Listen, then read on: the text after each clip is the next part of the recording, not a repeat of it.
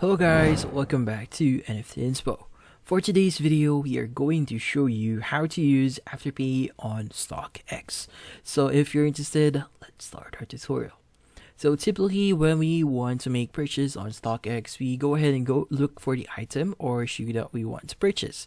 So in this case, we got the shoes here. So let's just click on buy for $254 and we want to choose our size here.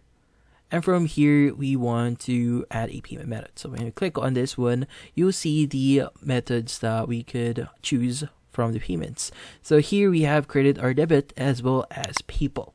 So if you're asking if we are able to use Afterpay on StockX, well, unfortunately, Afterpay was actually removed from StockX.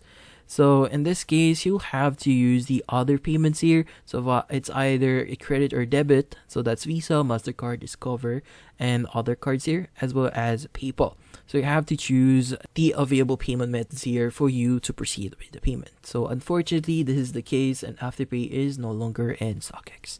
And that's about it. So hopefully this video was able to help you. Like and subscribe to NFT Inspo. Thank you for watching.